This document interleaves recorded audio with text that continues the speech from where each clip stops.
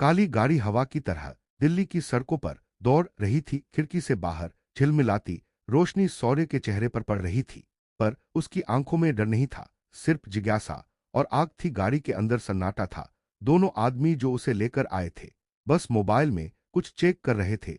सौर्य ने धीरे से पूछा, आप लोग मुझे कहाँ ले जा रहे हैं? उनमें से एक ने ठंडे स्वर में कहा, वो जगह जहां तुम्हें जाना चाहिए था बहुत पहले। गाड़ी एक लंबे रास्ते से गुजरी, फिर पहाड़ी जैसे इलाके में मुड़ी। वहां ऊंचाई पर एक विशाल बंगला था। महल जैसा गेट पर सुनहरी तख्ती पर लिखा था, रेजादा एस्टेट। सौर्य की सांसें भारी हो गईं। उसने इस नाम को सिर्फ इंटरनेट पर पढ़ा था, अब वो सामने था। गाड़ी रुकी। एक नौकर दरवाजा खोलता है। सौर्य साहब अंदर आइए। उसने पहली बार किसी को अपने नाम के साथ साहब कहते सुना। एक अजीब सी झनझनाहट उसकी नसों में दौड़ गई। अंदर प्रवेश करते ही जैसे किसी और दुनिया में आ गया हो। दीवारों पर पुराने राजाओं की तस्वीरें, झूमरों की रोशनी, संगमरमर के फर्श पर परछाइयां। सौर्य ने धीरे से कहा, यही है वो जगह जहां मेरा नाम मिटा दिया गया। कमरे में एक और व्यक्ति था, सफेद सूट, बालों में हल्की सफेदी और आंखों में वर्षों का अनुभव। वो था देव रायजादा। सौर्य के कदम वहीं ठिठक गए। वो उस चेहरे को देख रहा था जिसे उसने सिर्फ टीवी पर देखा था। अब वो हकीकत में उसके सामने था। देव रायजादा खामोशी से उसकी ओर बढ़े। तुम, उनकी आवाज में काम थी, तुम सौर्य हो। सौर्य का गला सूख गया, पर उसने कहा, हां, और आप मेरे पिता हैं, है ना? देव के चेहरे पर भावों का तूफान था। उन्होंने सौर्य को गले लगा लिया। मेरा बेटा, तू सच में जिंदा है। उनकी आवाज टूट गई। सालों से जो खामोशी थी वो फूट पड़ी। सौर्य के दिल में अजीब सी गर्माहट थी। उसने कभी यह महसूस नहीं किया था कि कोई उसे इस तरह से पकड़कर रो सकता है। कुछ पल दोनों बिना कुछ बोले खड़े रहे। देव बोले, तेरी मां ने मुझे बताया था कि वो तुझे लेकर चली गई है। मैंने हर जगह ढूंढा पर कुछ नहीं मिला। सौर्य ने पूछा, आपने उसे रोका क्यों नहीं? देव ने धीमी आवाज में कहा, क्योंकि मैं नहीं चाहता था कि वो तुझे खो दे। मैं जानता था इस परिवार की दुनिया जहरीली है। तभी दरवाजा खुला। एक सख्त चेहरे वाला आदमी अंदर आया, लगभग देव की उम्र का। वो था संजीव रायजादा, देव का छोटा भाई। उसकी नजर सौर्य पर पड़ी तो चेहरे पर ठंडी मुस्कान आई। अरे, ये कौन है? देव बोले, मेरा बेटा। संजीव ने हंसते हुए कहा, ओह, तो आखिरकार मिल ही गया, वो खोया हुआ राजकुमार। वो पास आया, सौर्य के कंधे पर हाथ रखा और बोला, हमारे परिवार में स्वागत है, लेकिन बेटा, यहां नाम के साथ जिम्मेदारियां भी आती हैं। उम्मीद है तुम तैयार हो। उसके लहजे में मिठास थी, पर आंखों में जहर। सौर्य ने महसूस किया, इस मुस्कान के पीछे साजिश छिपी है। रात को देव रायजादा ने सौर्य को अपने कमरे में बुलाया। बेटा, मैं नहीं चाहता था कि तू इस दुनिया में लौटे, पर अब जब लौट आया है तो जान ले, रायजादा परिवार के दुश्मन बाहर से नहीं, घर के अंदर हैं। आपका मतलब? संजीव, उसने हमेशा मेरी जगह चाही है। मैं चाहता हूं कि तू संभल कर रहे। वो तुझे अपनाएगा नहीं, मिटाना चाहेगा। सौर्य ने गंभीर आवाज में कहा, अगर वो मुझसे लड़ना चाहता है तो मैं पीछे नहीं हटूंगा। मैं गरीब जरूर था, कमजोर नहीं। देव मुस्कुराए, तेरी मां की तरह जिद्दी है तू। उनकी आंखों में गर्व था। अगले दिन सुबह रायजादा एस्टेट के बाहर मीडिया का जमावड़ा था। देव रायजादा ने प्रेस कॉन्फ्रेंस बुलाई थी। आज मैं अपने उत्तराधिकारी की घोषणा करता हूं। सब कैमरे उस पर टिक गए। यह है मेरा बेटा सौर्य रायजादा। कैमरों की फ्लैशें चलने लगी। शौर्य के कानों में शब्द गूंजे, शौर्य रायजादा। उसे लगा जैसे उसकी पहचान लौट आई हो। लेकिन दूसरी तरफ संजीव की आंखें सिकुड़ गईं। वो मुस्कुराया, पर अंदर से जल उठा था। रात को उसने अपने सेक्रेटरी से कहा, इस लड़के की जानकारी निकालो, ये कहाँ था, किसके साथ था, सब पता करो, और अगर ये सच में रायजादा का बेटा है तो इसे उस नाम के लायक नहीं रहने देना। अंधेरे कमरे में उसके चेहरे पर सिर्फ सिगरेट की लपटें चमक रही थीं। वो बोला, अब खेल शुरू होगा। उधर शौर्य अपने कमरे में बैठा था। पहली बार उस कमरे में जहां वो बचपन में रह सकता था अगर उसकी जिंदगी अलग होती। किताबें, पियानो, बालकनी से दिखती रोशनी, सब कुछ उसे नया लग रहा था। पर उसका मन बेचैन था। उसे मां की याद आई। वो सोच रहा था, मां ने मुझे बचाया, लेकिन अब मैं खुद को खोना नहीं चाहता। उसने मां को कॉल लगाया, पर नेटवर्क नहीं मिला। दिल घबरा गया। तभी दरवाजे पर दस्तक हुई। एक लड़की अंदर आई, सफेद साड़ी में, बाल खुले और चेहरे पर शांति। आप शौर्य हैं? हाँ, आप कौन? मेरा नाम सिया है, मैं मिस्टर देव रायजादा की असिस्टेंट हूं। वो बोली, सर ने कहा है कि आपको कल से बिजनेस ट्रेनिंग शुरू करनी है। अब आप रायजादा ग्रुप के उत्तराधिकारी हैं। शौर्य ने सिर हिलाया, मैं तैयार हूं। सिया मुस्कुराई, लोग कहते हैं जो रायजादा के खून में है उसे दुनिया झुका नहीं सकती। देखते हैं ये बात कितनी सच है। शौर्य ने जवाब दिया, मैं झुकना जानता ही नहीं। अगले कुछ दिन शौर्य ने रायजादा ग्रुप में बिताए। Board meetings, business strategy, stocks, सब नया था, पर वो तेजी से सीख रहा था। देव रायजादा उसे देखकर खुश थे, पर संजीव की आंखें हर वक्त उस पर लगी रहती थीं। एक शाम देव रायजादा अपने ऑफिस से लौट रहे थे, तभी उनकी गाड़ी का ब्रेक फेल हो गया। गाड़ी पलट गई। पूरे शहर में खबर फैल गई, देव रायजादा गंभीर रूप से घायल, रायजादा ग्रुप पर संकट। शौर्य हॉस्पिटल पहुंचा, पिता बेहोश थे। डॉक्टर ने कहा वो खतरे से बाहर हैं, पर होश आने में वक्त लगेगा। शौर्य ने पिता का हाथ पकड़ा और बोला, मैं वादा करता हूं अब आपको कोई नुकसान नहीं पहुंचा सकेगा। बाहर सिया खड़ी थी, आंखों में डर था। यह हादसा नहीं था शौर्य, ये हमला था। शौर्य ने पूछा, तुम्हें कैसे पता? क्योंकि ब्रेक लाइन जानबूझकर काटी गई थी। शौर्य की मुठ्ठियां कस गईं। संजीव रायजादा। उसने दांत भींचे, अब मैं ये खेल उसके नियमों से नहीं खेलूंगा। उस रात रायजादा एस्टेट में अंधेरा था, पर एक कमरे में रोशनी जल रही थी, शौर्य के कमरे में। वो खिड़की से बाहर देख रहा था, फिर धीरे से बोला, अब मैं शौर्य रायजादा हूं, और जो मुझसे मेरा नाम छीनने आएगा उसे अपनी सांसों की कीमत चुकानी होगी।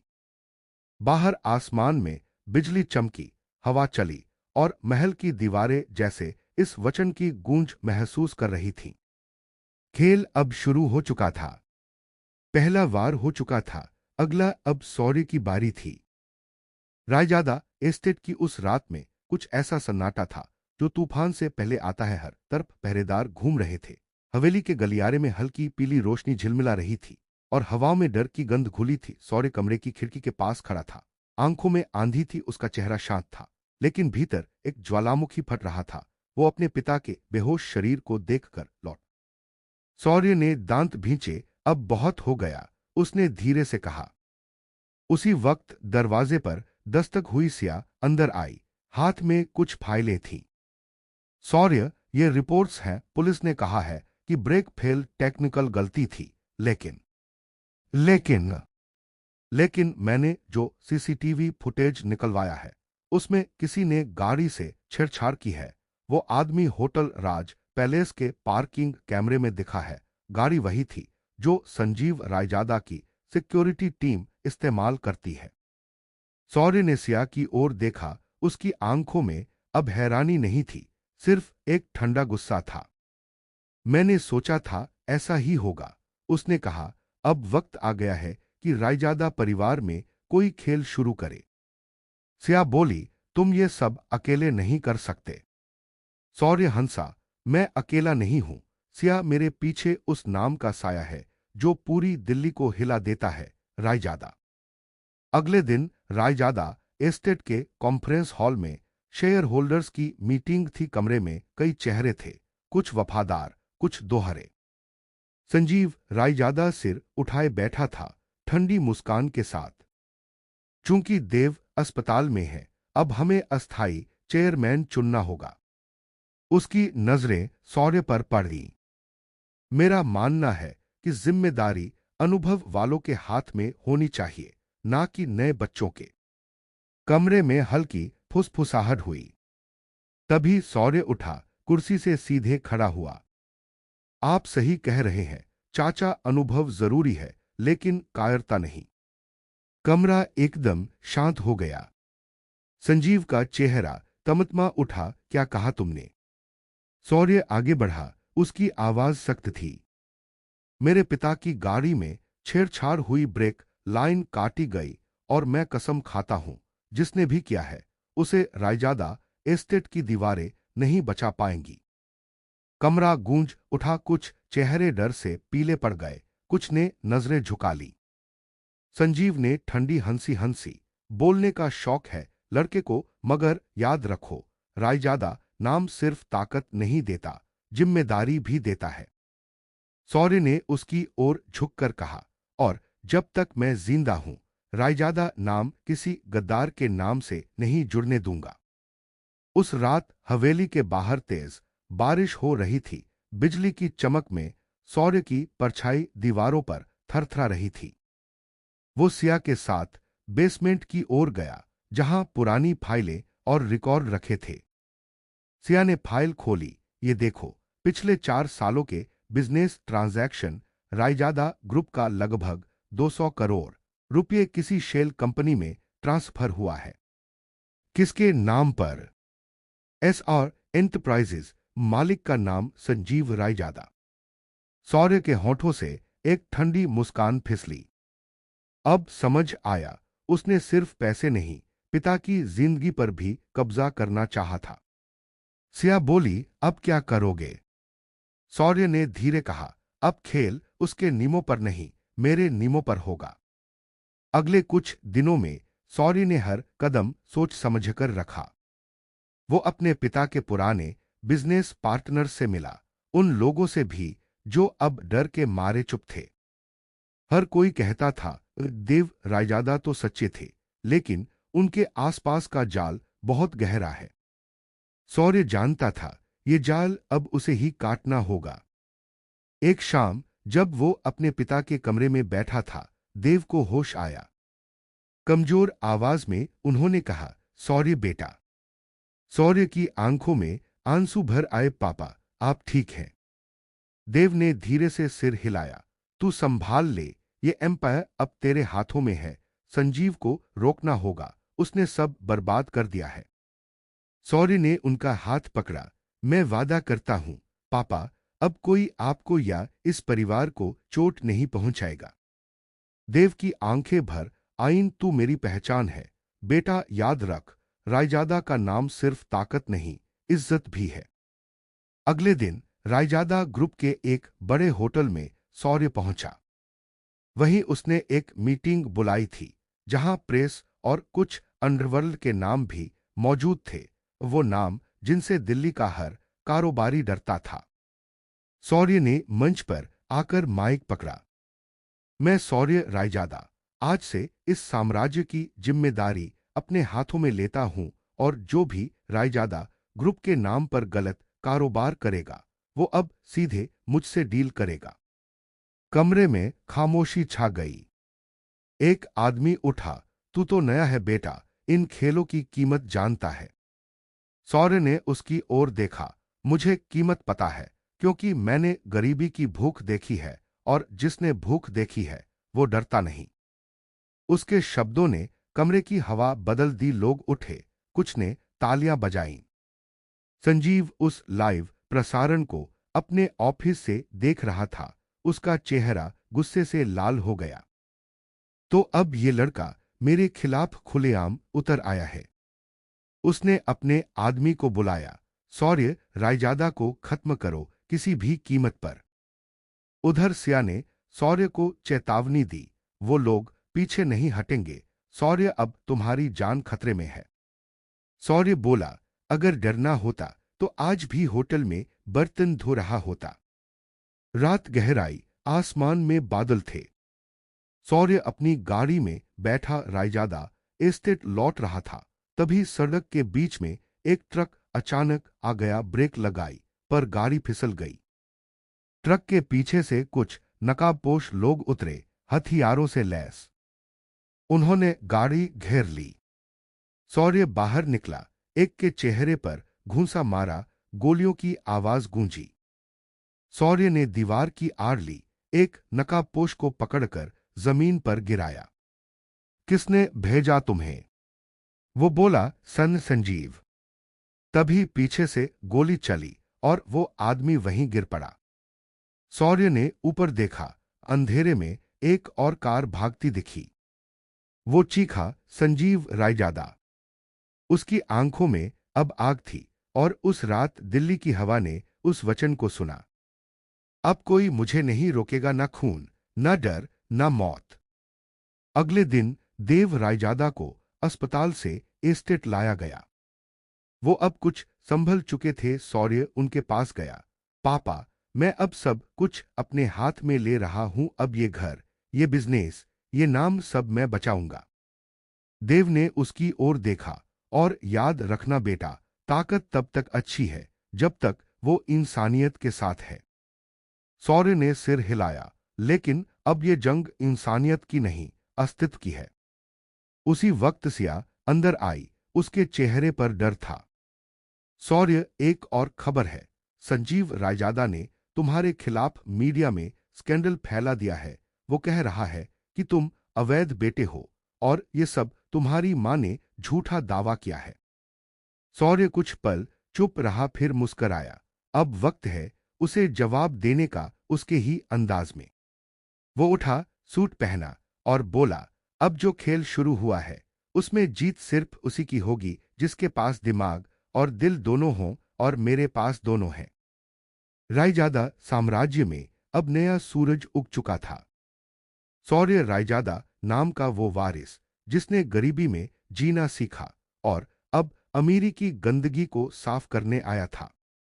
वो अब सिर्फ बेटे या वेटर की पहचान में नहीं था। वो अब एक ऐसा नाम था जिससे अंडरवर्ल्ड भी डरने लगा था। रात के अंधेरे में वो अपने पिता की पुरानी तलवार हाथ में लिए बालकनी पर खड़ा था। हवा में तलवार की चमक गूंजी और उसके होठों से सिर्फ एक शब्द निकला, अब बदला नहीं, इतिहास लिखा जाएगा। दिल्ली की वो रात बाकी रातों से अलग थी। हवा में ठंडक थी, पर माहौल में गर्मी। रायजादा एस्टेट की ऊंची दीवारों के अंदर कई चेहरों पर बेचैनी थी, क्योंकि अब हर कोई जान चुका था कि शौर्य रायजादा सिर्फ एक बेटा नहीं, बल्कि वो वारिस है जो अपने नाम के लिए किसी की भी दुनिया हिला सकता है। पिछले कुछ दिनों में बहुत कुछ बदल गया था। संजीव रायजादा मीडिया में लगातार शौर्य के खिलाफ झूठ फैला रहा था। टीवी चैनलों पर बहस चल रही थी, क्या शौर्य सच में रायजादा का असली वारिस है या किसी का खेल। लोगों के मन में शक था, पर शौर्य अब इन बातों से ऊपर उठ चुका था। उसे अब सिर्फ एक चीज की परवाह थी, सच्चाई और अपने पिता की इज्जत। उस सुबह सिया उसके ऑफिस में आई। शौर्य, हमने मीडिया की फाइलें खंगाली हैं। वो चैनल जिसने पहली बार तुम्हारे खिलाफ खबर चलाई थी, उसके मालिक के अकाउंट में कल ही 50 लाख रुपए ट्रांसफर हुए हैं। भेजने वाला एसआ होल्डिंग्स। शौर्य ने ठंडी नजर से कहा, संजीव रायजादा।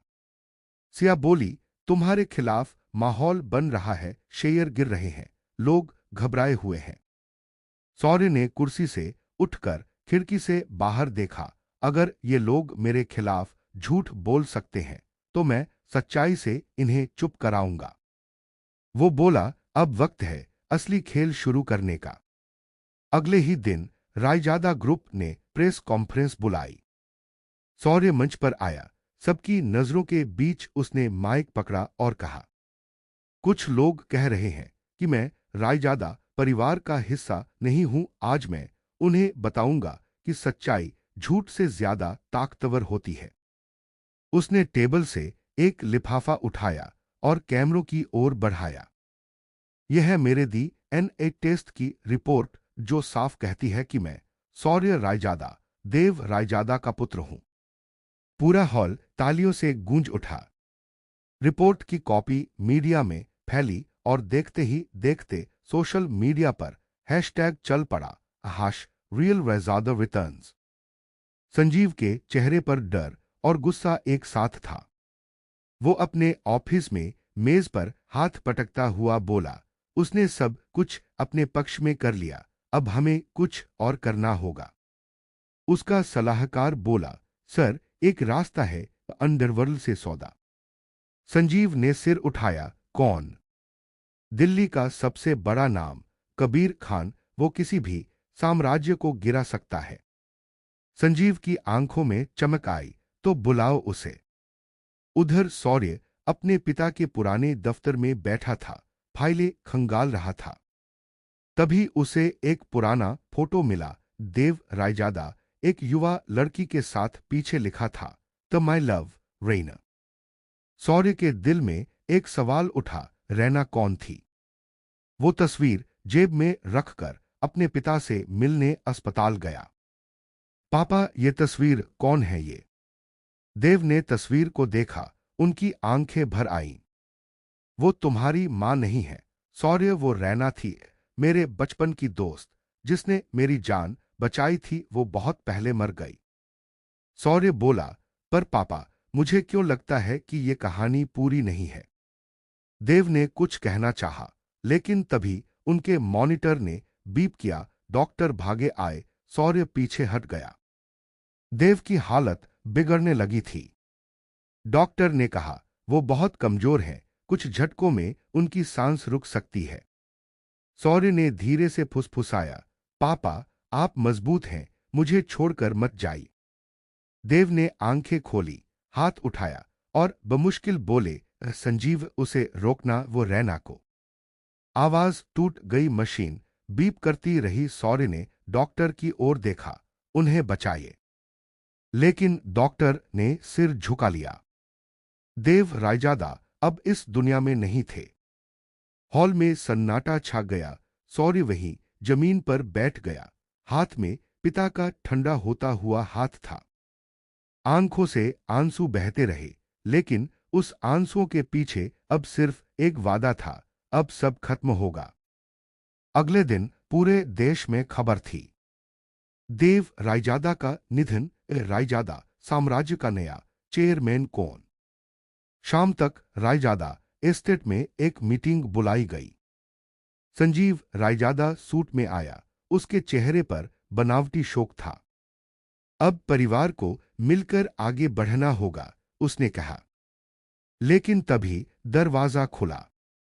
सौर्य अंदर आया, आंखों में आग, काले सूट में और आवाज में ठंडा लहजा। अब यह साम्राज्य मेरा है और ये कुर्सी मेरे पिता की विरासत है, किसी लालची के हवाले नहीं होगी। संजीव ने मुस्कराकर कहा, तेरे पास अनुभव नहीं है सौर्य, ये बिजनेस बच्चों का खेल नहीं। सौर्य ने जवाब दिया, और धोखा कोई बिजनेस नहीं चाचा, वो गुनाह है। सौर्य ने सामने फाइल फेंकी। ये देखिए, 4 साल से SA होल्डिंग्स के जरिए जो पैसे बाहर भेजे गए वो सारे मेरे पास हैं, सबूत साफ हैं। कमरे में खामोशी छा गई। संजीव ने गुस्से में कहा, तू झूठ बोल रहा है।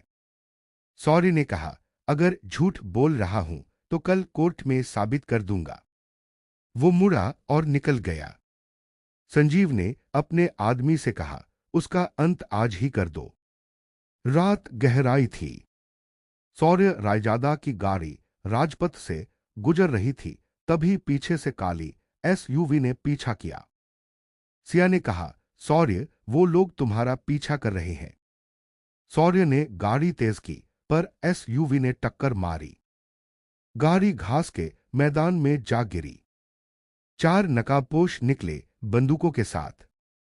शौर्य ने पत्थर उठाया, एक के हाथ से गन छीन ली और गोली चला दी। एक गिरा, दूसरा भागा, तीसरा उसके करीब आया, लेकिन सिया ने उसे लोहे की रॉड से मारा। कुछ मिनटों की लड़ाई के बाद सब भाग गए। शौर्य हांफता हुआ बोला, अब तो ये जंग खुलकर होगी। सिया ने कहा, तुम्हें पुलिस में जाना चाहिए। शौर्य बोला, पुलिस वो भी तो खरीदी गई है।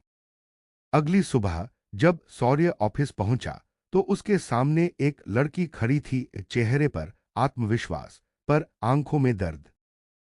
तुम शौर्य रायजादा हो? हाँ, और तुम?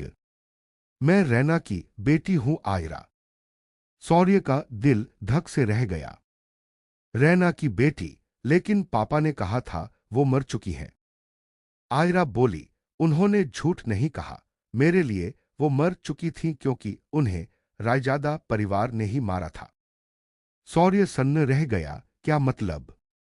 आयरा बोली, मेरी मां देव रायजादा से प्यार करती थी, लेकिन संजीव ने उन्हें धोखे से रास्ते से हटाया ताकि बिजनेस और दौलत पर उसका नियंत्रण रहे। मेरे पास सबूत है। शौर्य ने कहा, तो तुम मेरे साथ हो? आयरा बोली, नहीं शौर्य, मैं अपने बदले के लिए आई हूं। कमरा एक पल को सन्नाटे में डूब गया।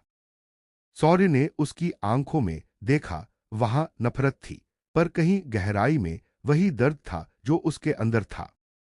अगर हमारा मकसद एक है, सच, तो दुश्मन क्यों बनना? आयरा बोली, क्योंकि रायजादा नाम ने मेरी मां से सब कुछ छीना। शौर्य ने कहा, और उसी नाम ने मुझे भी गरीबी दी। दोनों चुप रहे, फिर आयरा ने कहा, शायद हमें एक दूसरे की जरूरत है। शौर्य ने उसकी ओर हाथ बढ़ाया, तो सौदा पक्का। आयरा ने उसका हाथ थाम लिया, खून का सौदा। उसी रात जब दोनों संजीव के खिलाफ सबूत इकट्ठा कर रहे थे, तभी सिया कमरे में आई, चेहरा सफेद, आंखों में डर। शौर्य, मीडिया में खबर चली है, तुम्हारे ऊपर मर्डर केस लगाया गया है, तुम्हारे ही पिता की मौत का। शौर्य ने फाइल गिरा दी। क्या? सिया बोली, सबूत लगाए गए हैं, वीडियो, पैसे, सब। संजीव ने सब कुछ तुम्हारे खिलाफ मोड़ दिया है। शौर्य ने दीवार पर मुक्का मारा, खून बह निकला। अब खेल खून से आगे बढ़ गया है। आयरा ने उसका कंधा पकड़ा, अब ये सिर्फ तुम्हारा नहीं, हमारा बदला है। वो बोला, अब इस शहर को दिखाऊंगा रायजादा नाम कैसे इतिहास बनाता है। बाहर गरजते बादल गवाही दे रहे थे। दिल्ली के आसमान के नीचे अब 2 नाम एक साथ उठने वाले थे, शौर्य रायजादा और आयरा रैना। और उनके बीच बना था खून का सौदा। सुबह की पहली किरण रायजादा एस्टेट की ऊंची खिड़कियों से छनकर अंदर आई। शौर्य रात भर जागा था। मेज पर कई फाइलें बिखरी थीं, कुछ कोर्ट केस की, कुछ मीडिया रिपोर्ट्स और कुछ पुराने दस्तावेज जो उसके पिता के निजी तिजोरी से मिले थे। वो धीरे धीरे हर कागज पढ़ रहा था, मानो अपने अतीत की गहराई में उतर रहा हो। उसी वक्त दरवाजा खुला। सिया अंदर आई, चेहरा थका हुआ, पर नजरें दृढ़ थी। शौर्य, हमें नई जानकारी मिली है। ये रायजादा ग्रुप सिर्फ भारत में नहीं, बल्कि ग्लोबली भी रजिस्टर है, और इसके ऊपर एक और संस्था है, रायजादा ग्लोबल कंसोर्टियम। ये दुनिया के टॉप 20 परिवारों की लिस्ट में शामिल है। शौर्य ने सिर उठाया, उसकी आंखों में पहली बार हैरानी थी। मतलब तुम्हारे पिता सिर्फ भारत के अरबपति नहीं थे, बल्कि उन 20 लोगों में से एक थे जो पूरी दुनिया की अर्थव्यवस्था को प्रभावित करते हैं, और अब तुम उस साम्राज्य के वारिस हो। शौर्य कुछ पल तक सन्न बैठा रहा।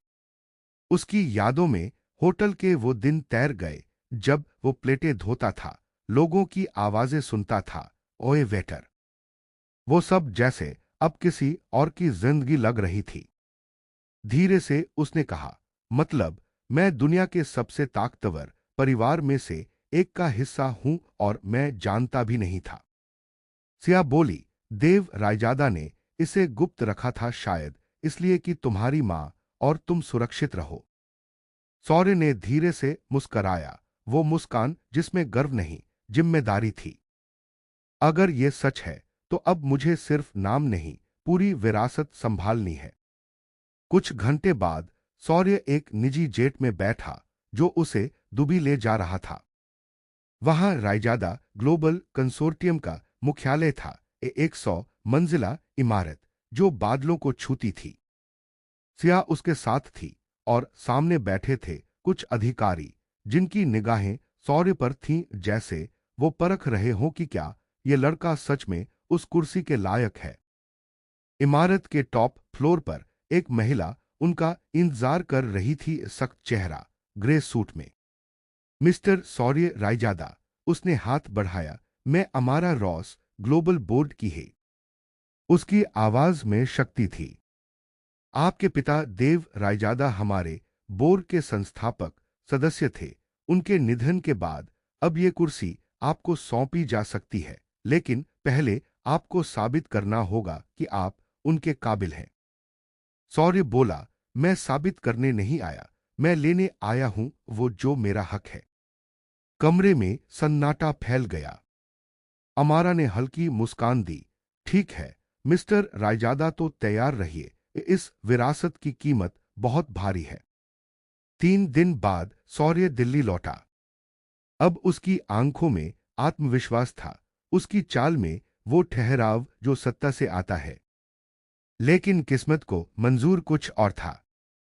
हवेली में दाखिल होते ही सिया भागती हुई आई। सौर्य, मीडिया में नई खबर चली है, तुम्हारी तस्वीरें, तुम्हारी गर्लफ्रेंड त्रिशा के साथ, और उसने इंटरव्यू दिया है कि तुमने उसे धोखा दिया। सौर्य वहीं ठिठक गया। क्या कहा? सिया ने मोबाइल स्क्रीन उसकी ओर बढ़ाई। न्यूज एंकर बोल रही थी। सौर्य रायजादा, जो खुद को देव रायजादा का बेटा बताते हैं, असल में एक ठग हैं। उनकी पूर्व प्रेमिका त्रिशा ने बताया कि सौर्य ने उसे इस्तेमाल किया और पैसे के लिए छोड़ दिया। सौर्य का चेहरा पत्थर सा हो गया। वो वही त्रिशा थी जो कॉलेज के दिनों में उसका सब कुछ थी, जिसने गरीबी के दिनों में उसका हाथ थामा था। और अब जब वो अपनी सच्चाई की लड़ाई जीतने के करीब था, वही उसे गिराने में लगी थी। सिया बोली, हम इसे झूठ साबित कर सकते हैं। सौर्य ने धीरे से कहा, नहीं, इसे मैं खुद जवाब दूंगा। शाम को मीडिया के सामने सौर्य आया। फ्लैश लाइट्स चमक रही थीं, कैमरे उसके चेहरे पर टिके थे। उसने माइक पकड़ा, आवाज भारी थी। त्रिशा मेरे अतीत का हिस्सा है और उसने जो किया वो उसका फैसला है। लेकिन मैं किसी को यह हक नहीं दूंगा कि मेरे चरित्र पर सवाल उठाए। मैं गरीब था, वेटर था, लेकिन झूठा नहीं था।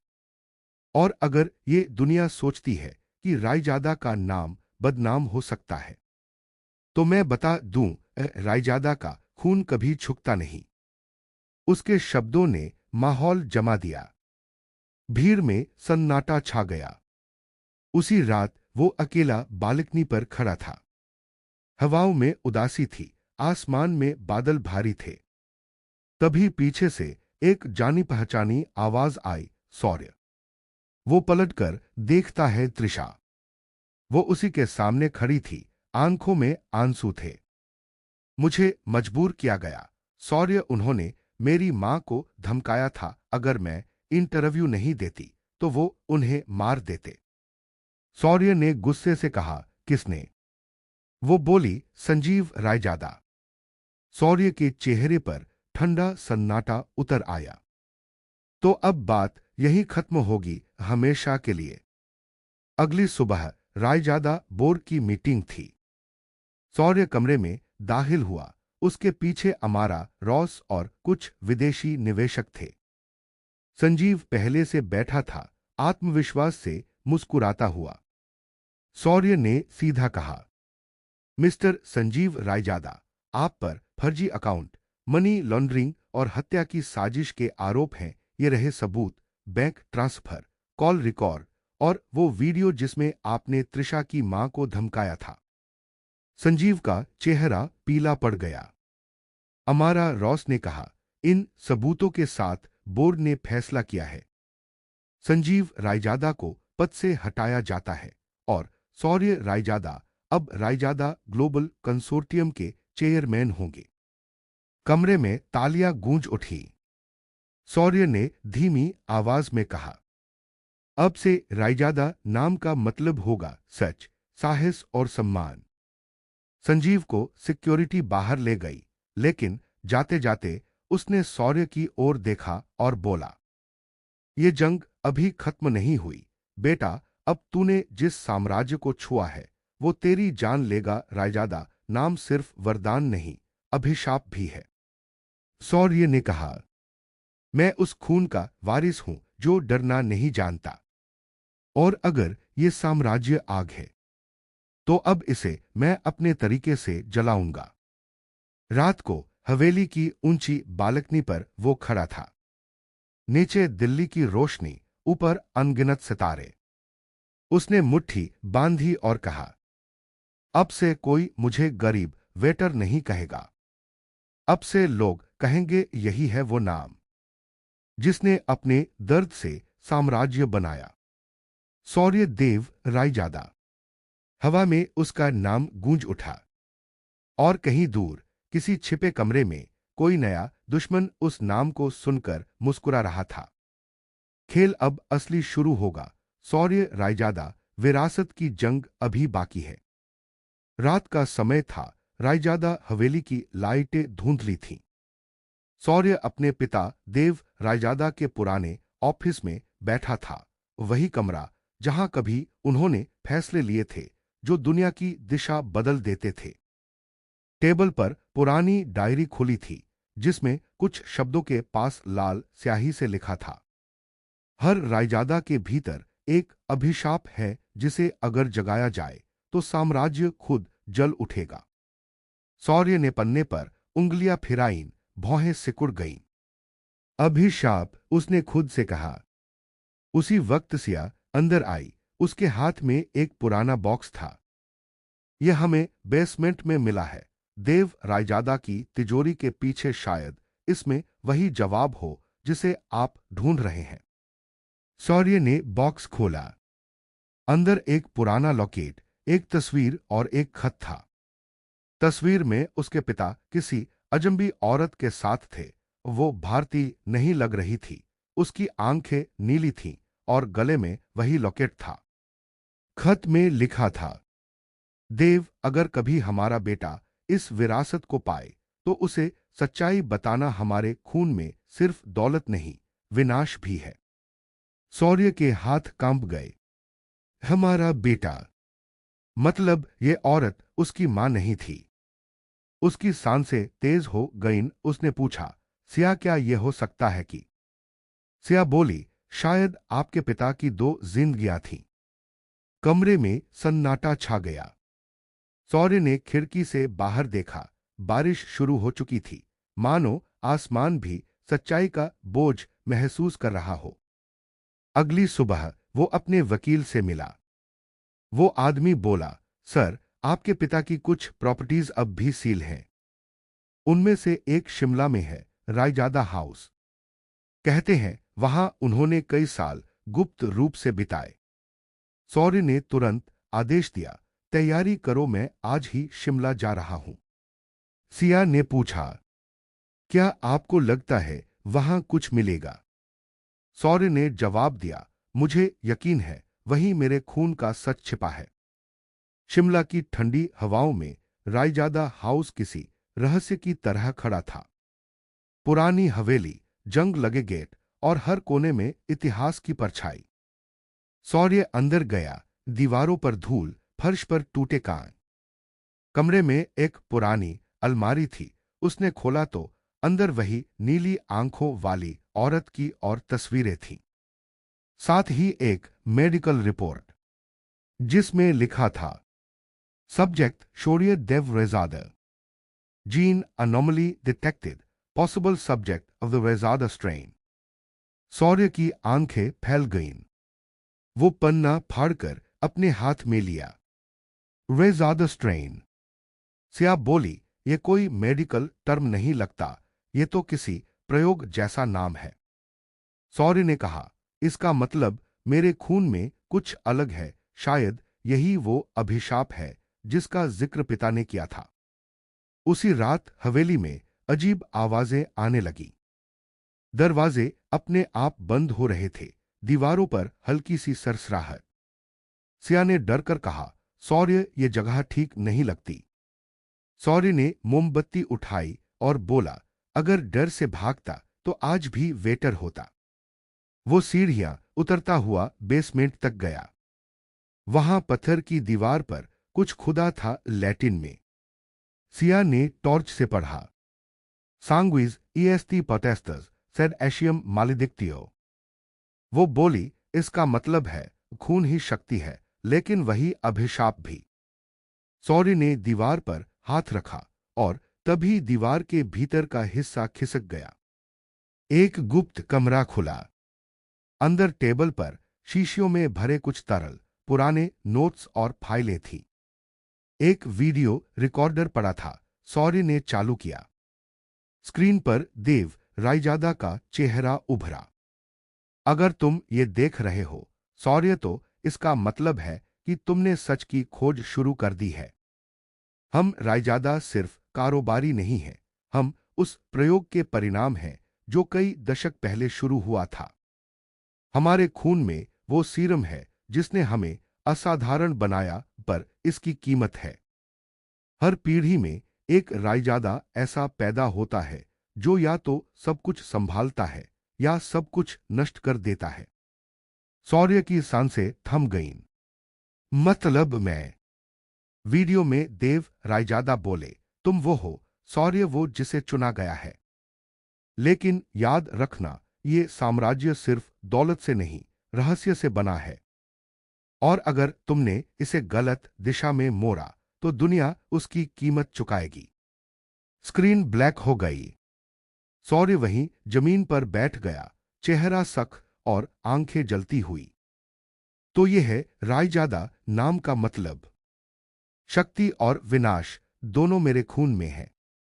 सिया ने धीरे से कहा, अब आप क्या करेंगे?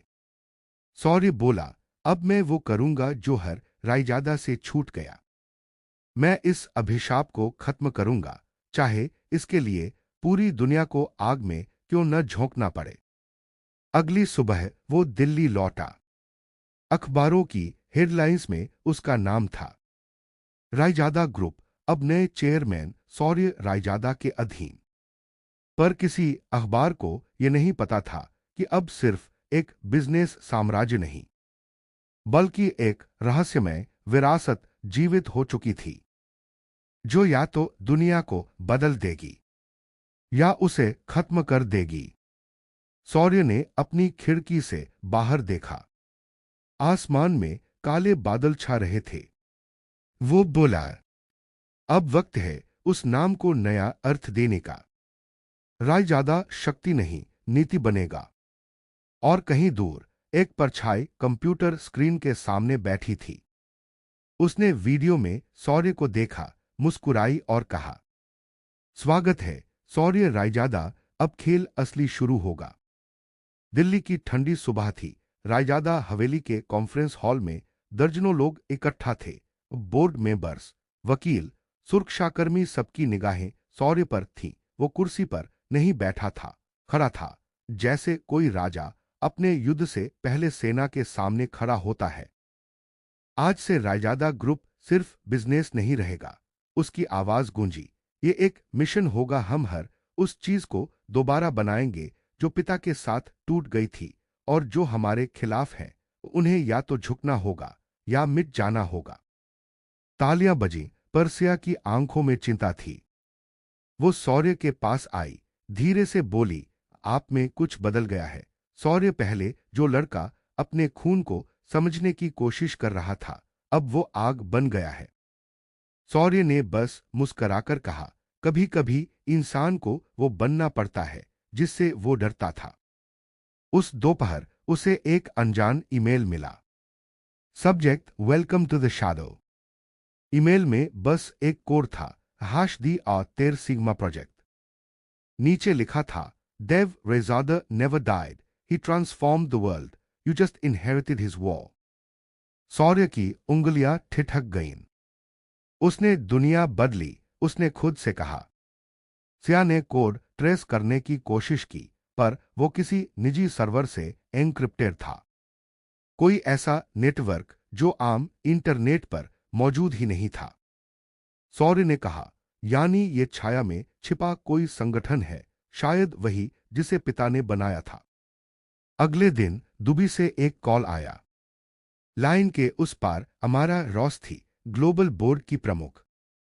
उसकी आवाज ठंडी थी।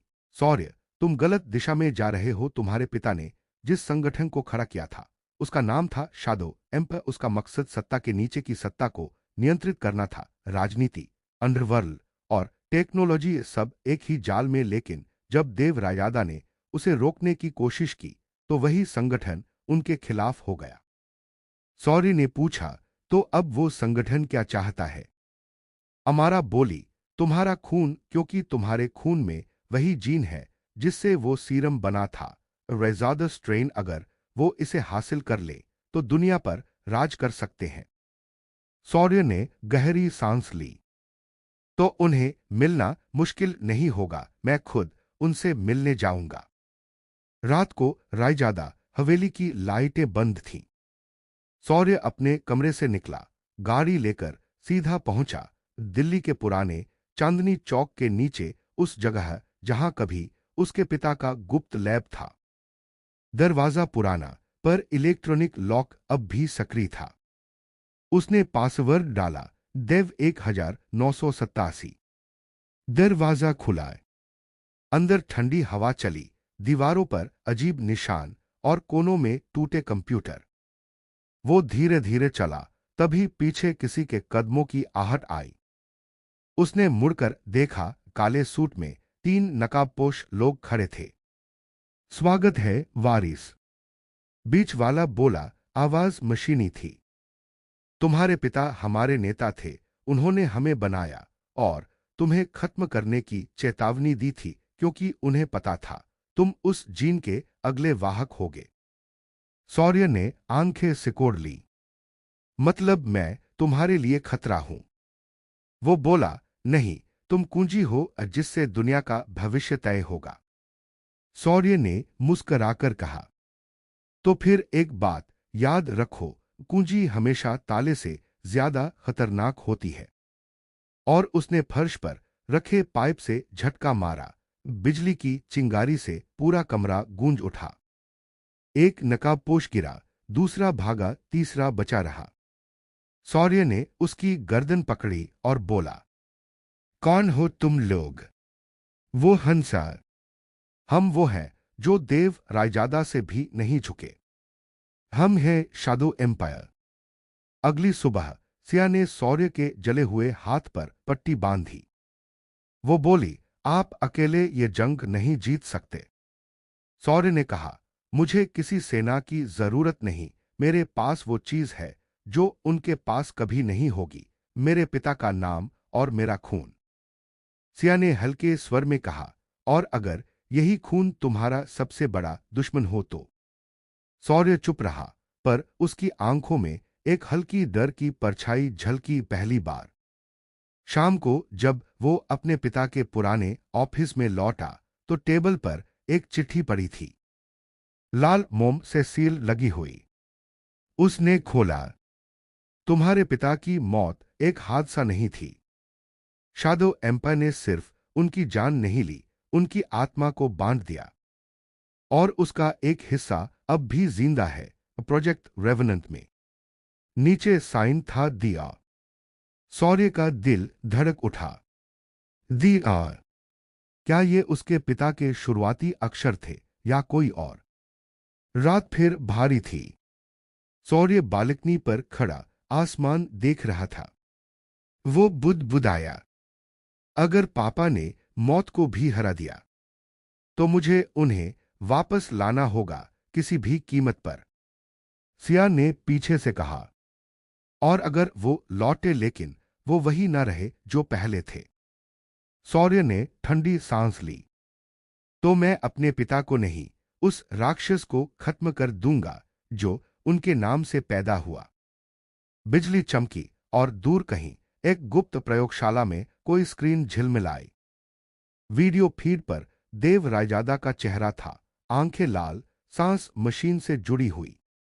एक वैज्ञानिक बोला, subject the R01 is stable, the successor has activated the chain.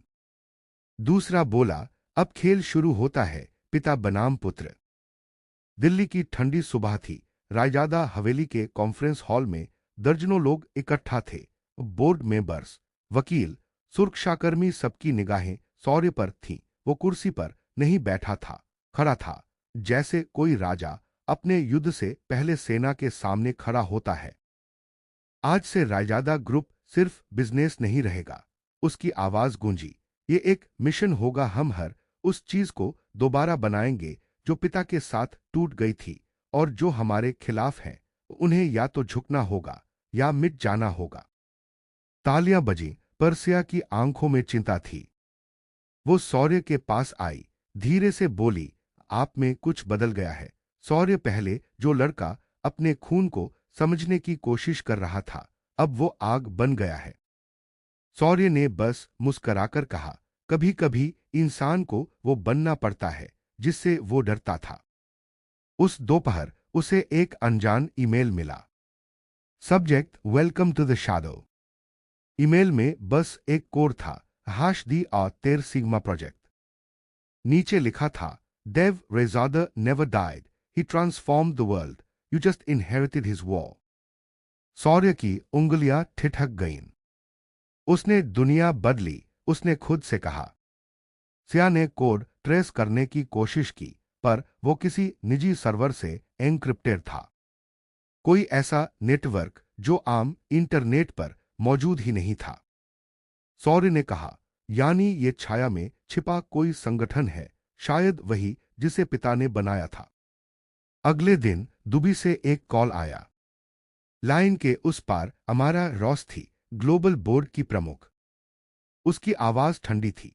सौर्य, तुम गलत दिशा में जा रहे हो। तुम्हारे पिता ने जिस संगठन को खड़ा किया था उसका नाम था शैडो एम्पायर। उसका मकसद सत्ता के नीचे की सत्ता को नियंत्रित करना था। राजनीति, अंडरवर्ल्ड और टेक्नोलॉजी सब एक ही जाल में। लेकिन जब देव रायजादा ने उसे रोकने की कोशिश की तो वही संगठन उनके खिलाफ हो गया। सौर्य ने पूछा, तो अब वो संगठन क्या चाहता है? अमारा बोली, तुम्हारा खून, क्योंकि तुम्हारे खून में वही जीन है जिससे वो सीरम बना था, रेजादा स्ट्रेन। अगर वो इसे हासिल कर ले तो दुनिया पर राज कर सकते हैं। सौर्य ने गहरी सांस ली। तो उन्हें मिलना मुश्किल नहीं होगा, मैं खुद उनसे मिलने जाऊंगा। रात को रायजादा हवेली की लाइटें बंद थीं। सौर्य अपने कमरे से निकला, गाड़ी लेकर सीधा पहुंचा दिल्ली के पुराने चांदनी चौक के नीचे, उस जगह जहां कभी उसके पिता का गुप्त लैब था। दरवाजा पुराना, पर इलेक्ट्रॉनिक लॉक अब भी सक्रिय था।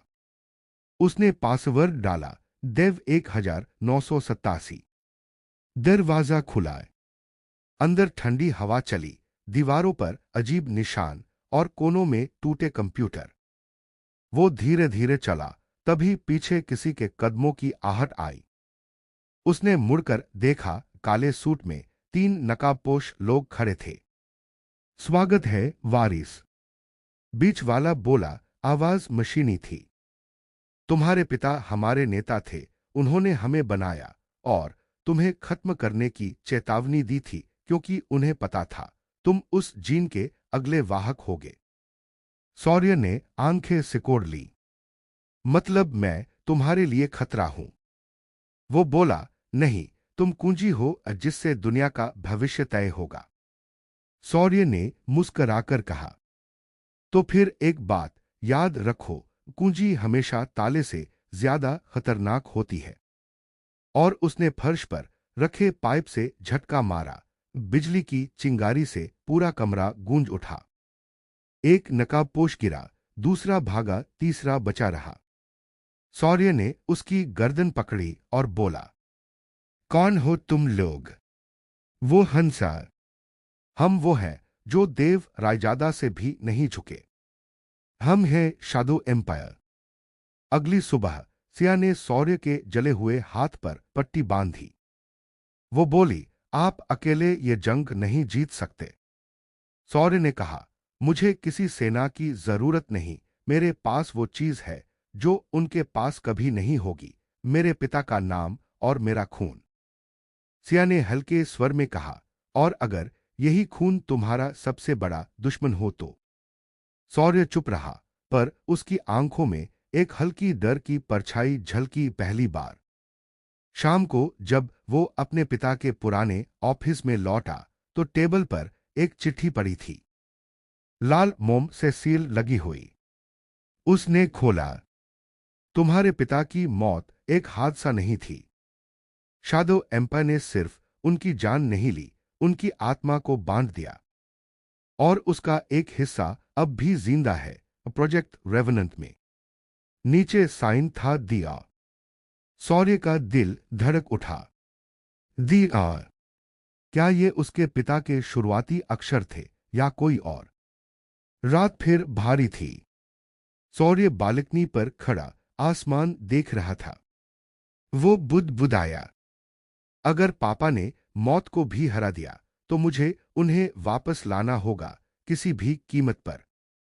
सिया ने पीछे से कहा, और अगर वो लौटे लेकिन वो वही न रहे जो पहले थे। शौर्य ने ठंडी सांस ली।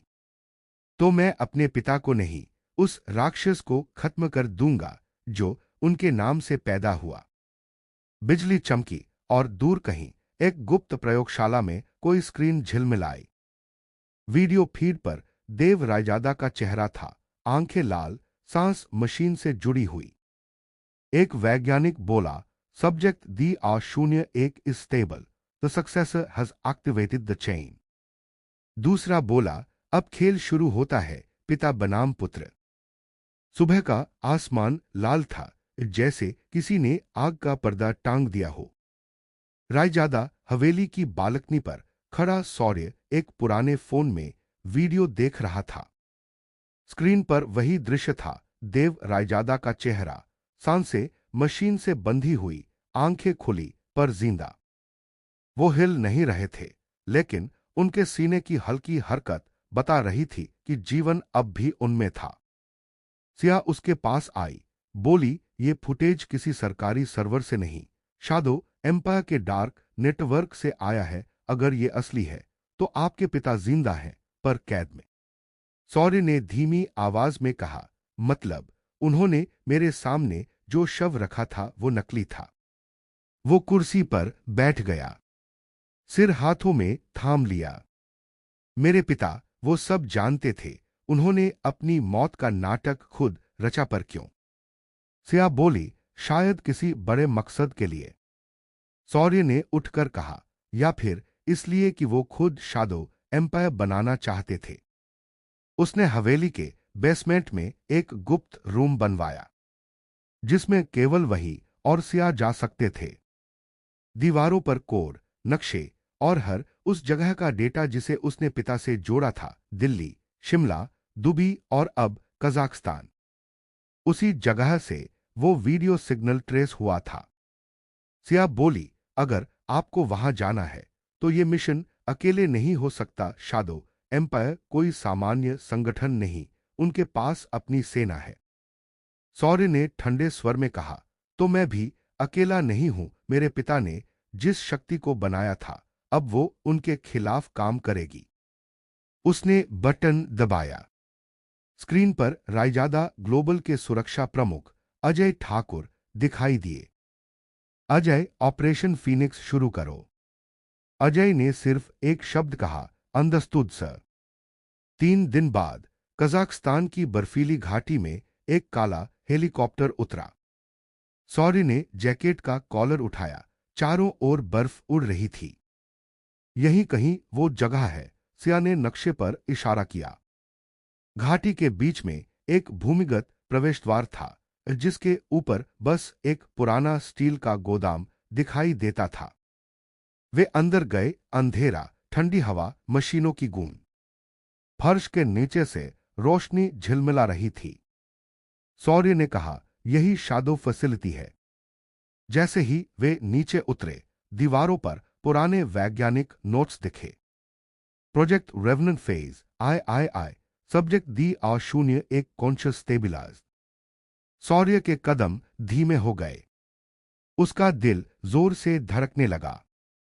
दी आ शून्य एक। सिया ने कहा, यही आपके पिता का कोड था। कमरे के बीचों बीच एक कांच का कैप्सूल था। अंदर वही चेहरा, देव रायजादा। सफेद बाल, लेकिन वही ठंडी शांति जो कभी पूरे बोर्डरूम को हिला देती थी। उनकी आंखें बंद थीं, पर शरीर जिंदा। सौर्य धीरे धीरे पास गया। कांच पर हाथ रखा। पापा। मशीनों की बीप तेज होने लगी। अचानक देव रायजादा की आंखें खुली। नीली चमकती आंखें, जैसे उनमें इंसान नहीं, कोई और शक्ति जागी हो। उन्होंने धीरे से कहा, तुम सौर्य। सौर्य पीछे हट गया। उसकी आंखों में डर और प्यार दोनों थे। आप जिंदा हैं, आप मरे नहीं। देव रायजादा ने मुस्कराकर कहा, मैं कभी मरा ही नहीं बेटा, मैंने खुद को छिपाया, क्योंकि मौत भी मेरी योजना का हिस्सा थी। सौर्य हक्का बक्का, किस योजना का? देव बोले, दुनिया को नया रूप देने की योजना। शैडो एम्पायर सिर्फ एक संगठन नहीं, ये मानवता के अगले चरण की शुरुआत है, और तुम उसका परिपूर्ण रूप। सौर्य ने चीखते हुए कहा, नहीं, आप गलत हैं। आपने ही उस जहर को बनाया, वो रेजादर स्ट्रेन जिससे पीढ़ियों का खून बदल गया। देव हंसे, आवाज ठंडी थी। वो जहर नहीं, वरदान है, और तुम्हारे भीतर वो शक्ति है जो मुझसे भी आगे जा सकती है। तुम्हें बस एक निर्णय लेना है, मेरे साथ जुड़ो या मेरी राह में आओ। सौर्य की आंखों में आंसू आ गए। मैं अपने पिता के साथ तो रह सकता हूं, लेकिन एक राक्षस के साथ नहीं। देव की मुस्कान गायब हो गई। उन्होंने अपनी मशीन से जुड़े वायर तोड़े। सायरन बज उठा, लाल लाइटें झिलमिलाईं। तो फिर बेटा, युद्ध शुरू हुआ। अचानक चारों ओर से शैडो एम्पायर के गार्ड्स घुस आए। सौर्य और सिया ने फायर खोला। गोलीबारी, गूंज और आग की चमक। देव रायजादा धीरे धीरे उस कैप्सूल से बाहर आए, और उनकी आंखों से नीली चमक चारों ओर फैलने लगी। हर गार्ड उनके सामने झुक गया, जैसे वो किसी अदृश्य शक्ति से नियंत्रित हो रहे हों। सौर्य चिल्लाया, सिया बाहर निकलो। लेकिन सिया बोली, मैं आपको छोड़ नहीं सकती। सौर्य ने उसे धक्का दिया, ये आदेश है। सिया भागी, और सौर्य ने देव की ओर देखा। अगर ये खेल शुरू हुआ है, तो इसका अंत मैं ही करूंगा। देव ने कहा, देखते हैं मेरे ही बनाए साम्राज्य को मेरा बेटा कितनी दूर तक झुका सकता है। कुछ देर बाद विस्फोट हुआ, पूरी सुविधा हिल गई। बर्फ का गुबार उठा, मशीनें फटी। सिया बाहर निकल आई, हेलीकॉप्टर में बैठी। उसने पीछे मुड़कर देखा, घाटी में आग का गोला फूट रहा था। उसकी आंखों में आंसू थे। सौर्य। लेकिन अगले ही पल आग के बीच से एक परछाई उभरी। काले कोट में सौर्य, लहूलुहान पर जिंदा। उसकी आंखों में अब इंसान की नहीं, किसी नई शक्ति की झलक थी। वो बुदबुदाया, मैंने अपने पिता को नहीं मारा, मैंने उनके भीतर के राक्षस को दफनाया। लेकिन अब वो मेरे भीतर जिंदा है। रात का आसमान शांत था, लेकिन सौर्य के भीतर तूफान मचल रहा था। कजाकिस्तान की घाटी में हुए विस्फोट को दुनिया ने एक रहस्यमयी प्रयोगशाला हादसा कहा। लेकिन जो सच्चाई वहां छिपी थी वो किसी के लिए कल्पना से परे थी। शौर्य अब रायजादा हवेली वापस लौट चुका था। शरीर पर घाव, पर आंखों में वो चमक जो किसी सामान्य इंसान में नहीं होती। आईने में खुद को देखा तो उसकी पुतलियां हल्की नीली झिलमिलाने लगी। वो तुरंत पीछे हटा। नहीं, ये मैं नहीं हूं। सिया कमरे में आई। आपकी पल्स नॉर्मल नहीं है। डीएनए रिपोर्ट दिखा रही है कि आपके अंदर वही जीन एक्टिव हो रहे हैं जो देव रायजादा ने खुद में डाले थे। शौर्य ने कुर्सी पकड़ ली। मतलब मैं भी। सिया बोली, हां, आपके अंदर वही रेजादा स्ट्रेन है, फर्क बस इतना है कि आपका शरीर उसे स्थिर रख पा रहा है। शौर्य ने गहरी सांस ली। शायद इसलिए मेरे पिता मुझे हमेशा प्रोजेक्ट फिनिक्स कहते थे। दूसरी ओर दुनिया में हलचल मच चुकी थी। रायजादा ग्रुप के शेयर आसमान छूने लगे थे क्योंकि शौर्य की नई योजना रायजादा रिबर्थ प्रोजेक्ट ने हर अखबार की सुर्खी ले ली थी। वो अब सिर्फ बिजनेस नहीं चला रहा था, वो पूरी व्यवस्था बदलने निकला था। उसने घोषणा की, अब से रायजादा समूह सिर्फ अमीरों के लिए नहीं बल्कि हर उस इंसान के लिए काम करेगा जिसे समाज ने कुचला है। यह साम्राज्य अब खून से नहीं कर्म से चलेगा। पर छाया से एक आवाज उठी, क्या तुम सच में अपने खून से भाग सकोगे शौर्य रायजादा? वो आवाज किसी और की नहीं, देव रायजादा की थी। हां, वो अब भी जिंदा थे। विस्फोट ने उन्हें मारा नहीं था बल्कि एक नए रूप में ढाल दिया था। अब वो केवल इंसान नहीं, आधा मशीन आधा चेतना बन चुके थे। प्रोजेक्ट रेवेनेंट का परिणाम। शौर्य ने जब यह खबर सुनी तो उसके पैरों तले जमीन खिसक गई। उसने सिया से कहा, वो अब भी जिंदा है और अगर उन्होंने अपनी चेतना मशीन में डाल दी है तो उन्हें रोका नहीं जा सकता। सिया बोली, तो हमें उनकी तकनीक को ही उनके खिलाफ इस्तेमाल करना होगा। शौर्य ने सिर हिलाया। देव रायजादा ने मुझे जो बनाया, अब मैं उसी निर्माण को उनसे छीन लूंगा। एक हफ्ते बाद मूबी के रायजादा टॉवर में मीडिया के सामने शौर्य खड़ा था। आज मैं एक नया अध्याय शुरू कर रहा हूं, रेजादा लेगेसी 2.0, जहां न कोई मालिक होगा न नौकर, सब बराबर। लोग तालियां बजा रहे थे, कैमरे चमक रहे थे।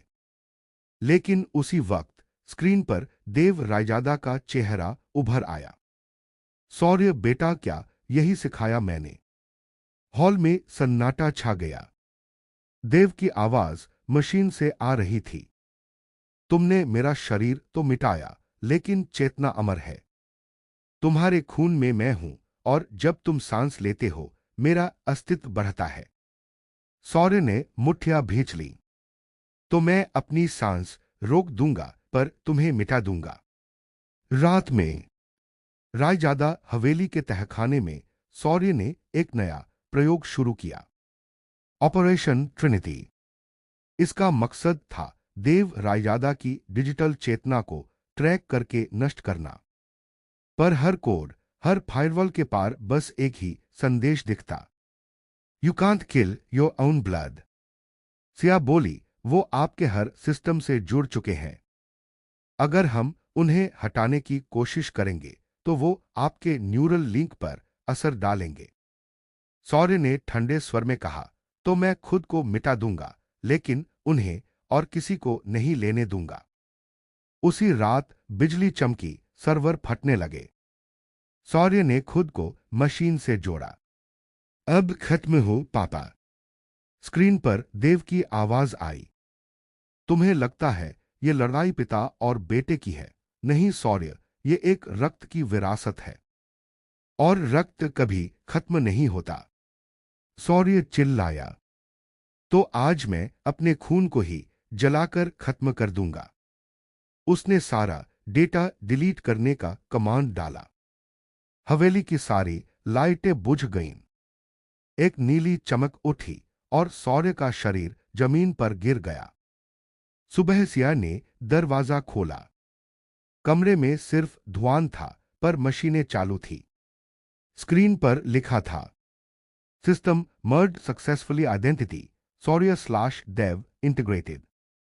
सिया कांप गई। इसका मतलब? तभी पीछे से आवाज आई, अब रायजादा साम्राज्य में दो नहीं, एक ही शासक है। सौर्य खड़ा था, पर अब उसकी आवाज में दो सुर थे, एक सौर्य का, दूसरा देव का। उसकी आंखें नीली और सुनहरी दोनों चमक रही थी। वो मुस्कराया। अब ये तय करेगा समय कि मैं भगवान हूं या शैतान। दिल्ली की ठंडी रात। रायजादा हवेली के ऊंचे मीनार पर हवा शोर मचा रही थी। नीचे शहर जगमगा रहा था, जैसे हजारों सपनों की राख तैर रही हो। बालकनी पर सौर्य खड़ा था, लेकिन उसके भीतर अब सिर्फ वो नहीं था। उसके दिमाग में देव रायजादा की आवाज गूंज रही थी। देखो बेटा, ये वही शहर है जिसने हमें झुकाया, जिसने मुझे मरवाया, जिसने तुम्हें गरीब बनाया। अब वक्त है सब कुछ अपने नाम करने का।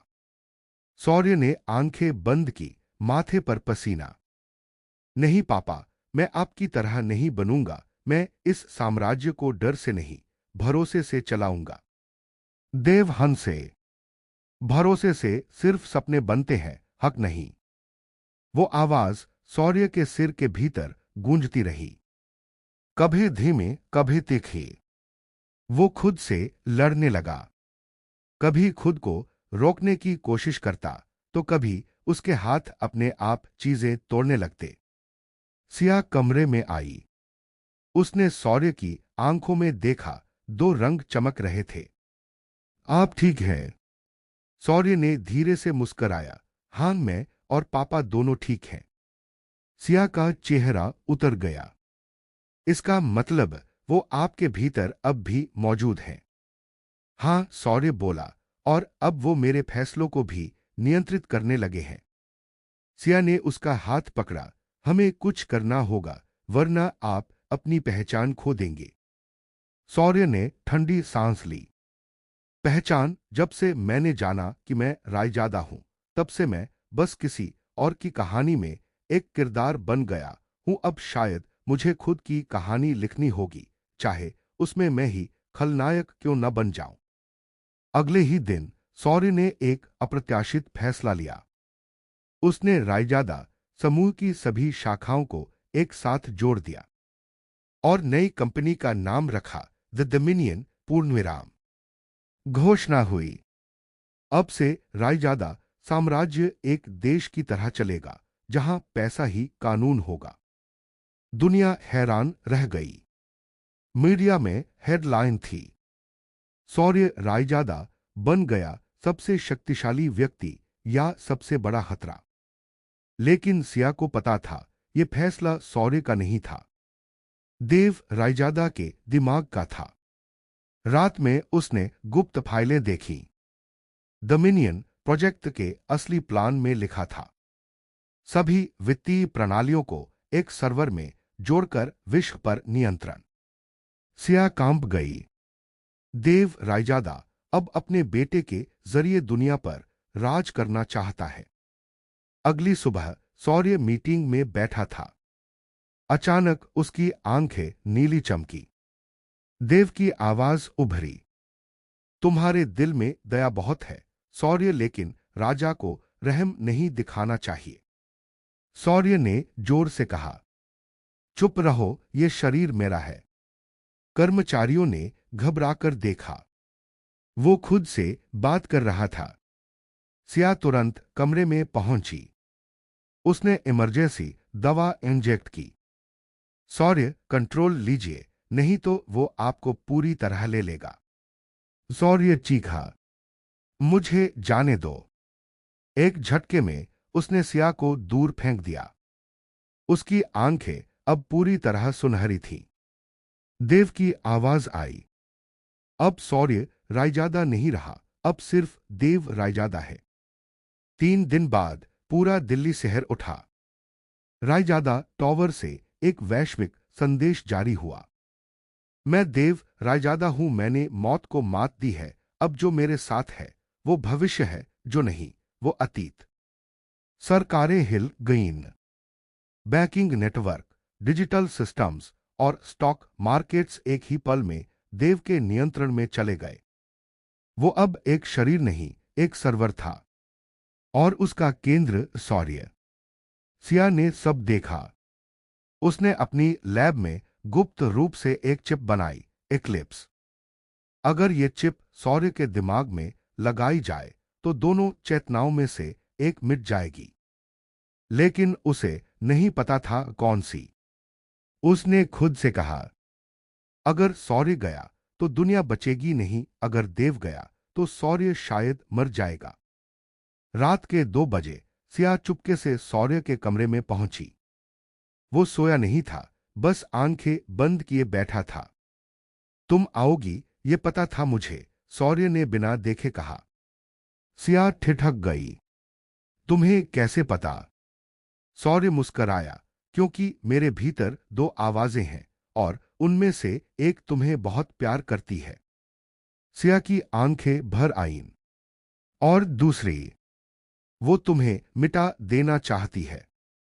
सिया ने आगे बढ़कर धीरे से चिप निकाली। माफ करना, लेकिन अब मुझे किसी एक को चुनना होगा। उसने चिप सौर्य की गर्दन के पीछे लगाई।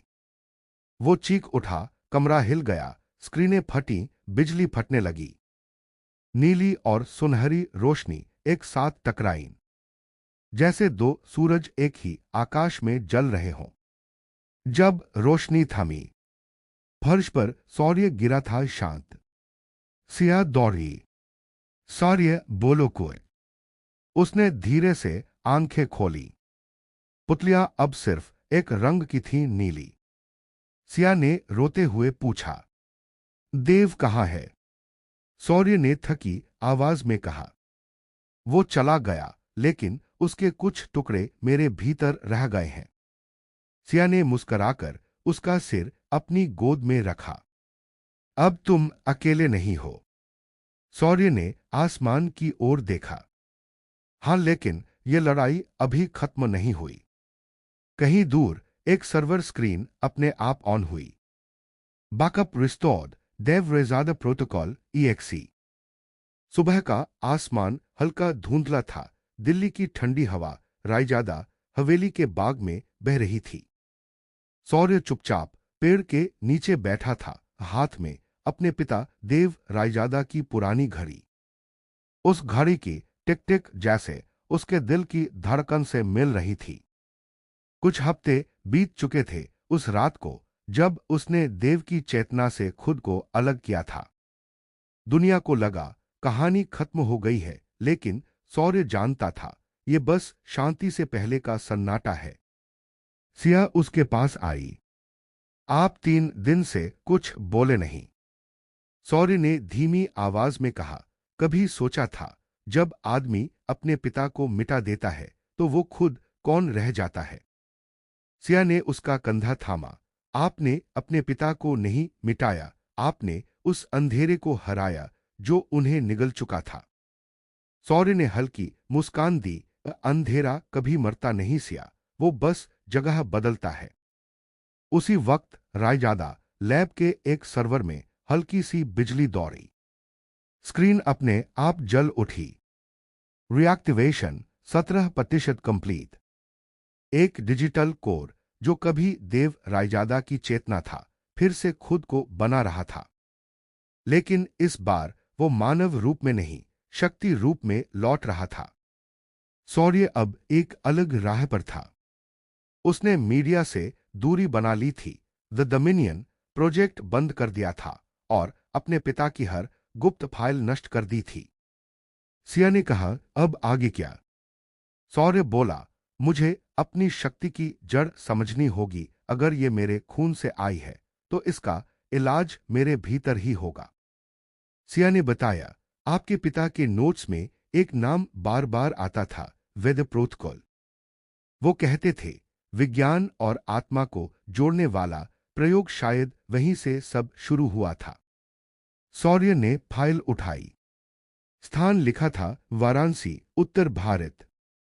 2 दिन बाद गंगा किनारे का घाट। सूरज उग रहा था, आरती की घंटियां बज रही थीं। शौर्य ने अपने जूते उतारे, ठंडे पानी में पैर डाले और उस शहर की गहराई महसूस की, जहां हर चीज मरती नहीं, बस नया रूप लेती है। वहां उसकी मुलाकात हुई एक वृद्ध साधु से, लंबी दाढ़ी, शांत आंखें और चेहरा जैसे वर्षों की साधना से गढ़ा गया हो। तुम्हें खोज किसकी है, बालक? शौर्य बोला, अपने भीतर के राक्षस की। साधु मुस्कराए, तो तुम सही जगह आए हो। आप कौन हैं? मुझे लोग गुरु वेदानंद कहते हैं। मैं वही हूं जिसने तुम्हारे पिता को वेद प्रोटोकॉल सिखाया था। शौर्य चौंक गया, आप उन्हें जानते थे? हां, गुरु बोले। देव रायजादा एक प्रतिभाशाली मन थे, पर उन्होंने आत्मा को शक्ति से ऊपर नहीं रखा। वो विज्ञान को साधना समझ बैठे और यहीं से विनाश शुरू हुआ।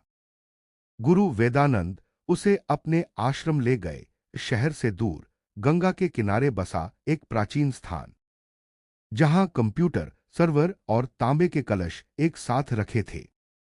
यहां वेद और विज्ञान एक साथ सांस लेते हैं, गुरु बोले। रात को ध्यान के समय गुरु ने कहा, अपनी आंखें बंद करो, शौर्य अपने भीतर झांको। शौर्य ने आंखें बंद की। एक पल को सब शांत हो गया। फिर भीतर से एक आवाज आई, मुझे भूल नहीं सकते बेटा। वो देव रायजादा की आवाज थी। शौर्य हड़बड़ाकर उठा। वो वापस आ गए हैं, गुरु ने शांत स्वर में कहा। नहीं, वो कहीं गए ही नहीं थे। चेतना कभी मिटती नहीं, बस रूप बदलती है। अब वो तुम्हारे मन में नहीं, पूरे ब्रह्मांड के नेटवर्क में फैल चुकी है। इधर दिल्ली में रायजादा टॉवर की लाइट्स अपने आप जल उठीं। डिजिटल स्क्रीन पर देव का चेहरा बना। मैं पुनर्जन्म ले चुका हूं, अब मैं किसी शरीर में नहीं, हर डेटा में हूं। अब मुझे कोई नहीं मिटा सकता। वो इंटरनेट, सैटेलाइट्स और सरकारी सर्वरों में फैलने लगा। दुनिया का हर सिस्टम धीरे धीरे उसकी पकड़ में आने लगा। Project minion phase I activated. Varanasi में शौर्य ने यह खबर सुनी। सिया का कॉल आया। शौर्य, देव वापस आ गए हैं, इस बार कोड के रूप में। उन्होंने वैश्विक सिस्टम हैक कर लिया है। शौर्य ने गहरी सांस ली। तो अब मुझे इस युद्ध को डिजिटल नहीं, आध्यात्मिक स्तर पर खत्म करना होगा। गुरु वेदानंद ने उसकी ओर देखा। केवल तुम ही उन्हें रोक सकते हो, क्योंकि तुम्हारे भीतर उनकी जड़ है। लेकिन याद रखो, अगर तुम असफल हुए तो तुम्हारी चेतना भी उन्हीं में विलीन हो जाएगी। 3 दिन की साधना शुरू हुई। दिन रात शौर्य ध्यान में बैठा रहा। उसके शरीर से गर्मी की लहरें उठती रहीं। कभी कभी बिजली फड़कती, कभी उसकी आंखें नीली चमक उठती। गुरु वेदानंद मंत्र पढ़ते रहे। ओम नमो चेतनाय नमः। जो स्वयं को जाने वही ब्रह्म को पाता है। चौथे दिन अचानक पूरा आश्रम कांप उठा। आसमान में बादल गड़गड़ाए। गंगा की लहरें तेज हो गईं। शौर्य का शरीर हवा में उठा। उसकी आवाज गूंजी, पापा, मैं अब आपका साया नहीं, आपका उत्तर हूं। देव की आवाज गूंजी, तुम मुझसे बच नहीं सकते, मैं तुम्हारे खून में हूं। शौर्य चिल्लाया, तो मैं अपना खून जलाकर खत्म कर दूंगा। उसके शरीर से नीली रोशनी निकली, हवा में घूमती हुई ऊपर उठी और एक विशाल आकृति बनी। देव रायजादा का चेहरा कोड्स और मंत्रों से बना हुआ। गुरु वेदानंद बोले, अब ये अंतिम क्षण है। विज्ञान और आत्मा का संगम, इसे महासमन्वय कहते हैं। शौर्य ने आखिरी बार आंखें खोली। हवा में हाथ फैलाया और देव की चेतना को गले लगा लिया। एक विस्फोट हुआ, लेकिन उसमें कोई विनाश नहीं था। वो प्रकाश का विस्फोट था। गंगा किनारे खामोशी छा गई। सूरज उग चुका था। सूर्य जमीन पर पड़ा था, शांत पर जीवित। गुरु ने कहा, उसने अपने पिता को नहीं हराया, उसने उन्हें समाहित कर लिया। कुछ महीनों बाद दिल्ली में नई इमारत बनी, Rezada foundation for science and soul, जहां तकनीक और अध्यात्म को साथ सिखाया जाता था। लोग उसे नए युग का आश्रम कहते थे। एक प्रेस कॉन्फ्रेंस में सूर्य ने कहा, मेरा नाम सूर्य रायजादा है। मेरे पिता देव रायजादा थे। उन्होंने दुनिया को शक्ति दी, मैंने उसे अर्थ दिया। अब से हर इंसान जान ले, सच्चा साम्राज्य दिमाग से नहीं, आत्मा से चलता है। तालियां बजीं, कैमरे चमके। पर उसी वक्त सूर्य के फोन की स्क्रीन अपने आप ऑन हुई। हेलो सन, सूर्य ने धीमी मुस्कान दी। पापा, अब आप सिर्फ याद हैं। स्क्रीन पर जवाब आया, और यादें कभी मरती नहीं। रात के 2 बजे थे। दिल्ली के रायजादा फाउंडेशन के मुख्य सर्वर रूम में लाल लाइटें चमक रही थीं। एक एक कर सब सिस्टम अपने आप चालू हो रहे थे। डेटा की लहरें, कोड के पैटर्न और स्क्रीन पर उभरता वही पुराना नाम, देव रेजादा प्रोटोकॉल। सूर्य ने अलार्म की आवाज पर आंखें खोली। सिया भागती हुई आई। सर, हमें फिर से ब्रीच अलर्ट मिला है। कोई फाइल वेदर एक्सई अपने आप रन हो रही है। सूर्य ने मॉनिटर की ओर देखा। वो कोड सिर्फ कोई प्रोग्राम नहीं था, वह एक मंत्र था।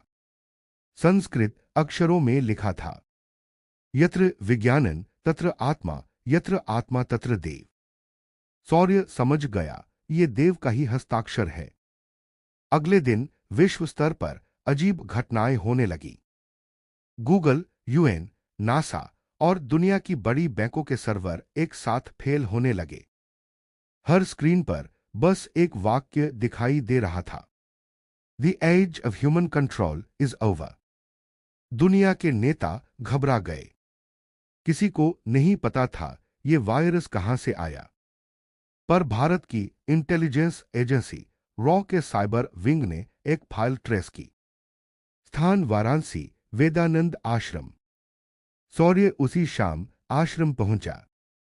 गुरु वेदानंद शांत थे, जैसे उन्हें सब पहले से पता हो।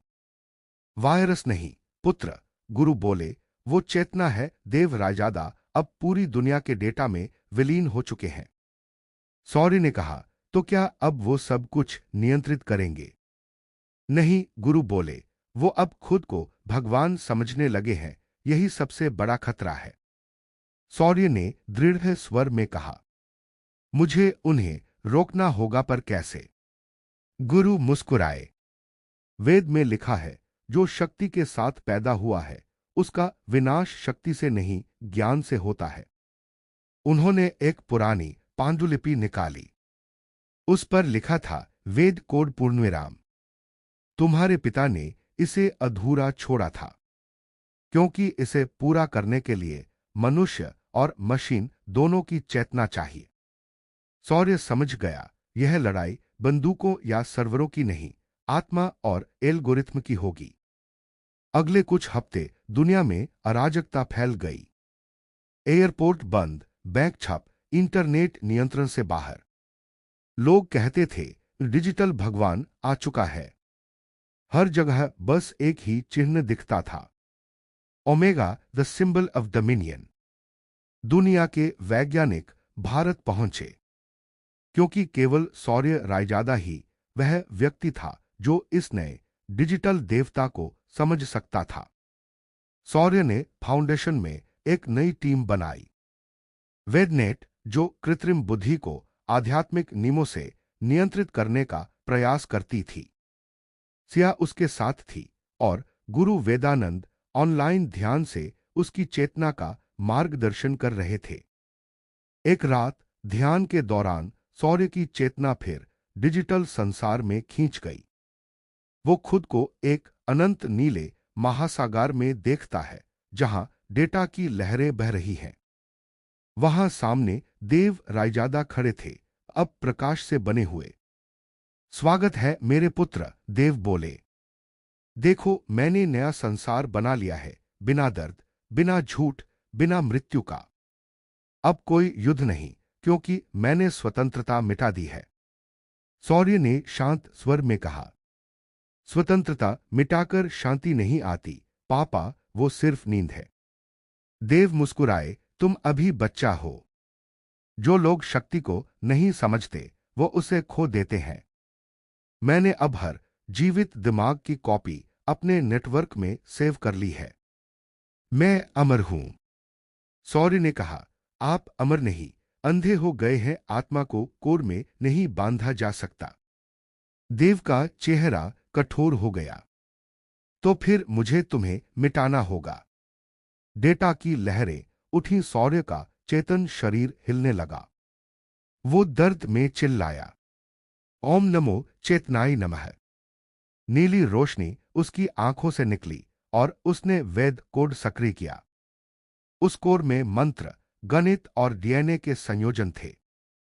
हर अक्षर एक सिग्नल था जो डिजिटल ब्रह्मांड में गूंज रहा था। ओम यह ज्ञानन ददाति सह सर्वज्ञ भवति। देव ने चिल्लाकर कहा, नहीं, ये असंभव है। सौर्य बोला, आपने जो बनाया वही अब आपका अंत लिखेगा। लाखों डेटा नोट्स में बिजली की लहर दौड़ी। देव की चेतना टुकड़ों में बंटने लगी। हर टुकड़ा मंत्र की लय में घुलता चला गया। अचानक अंधेरा छा गया। फिर सब शांत।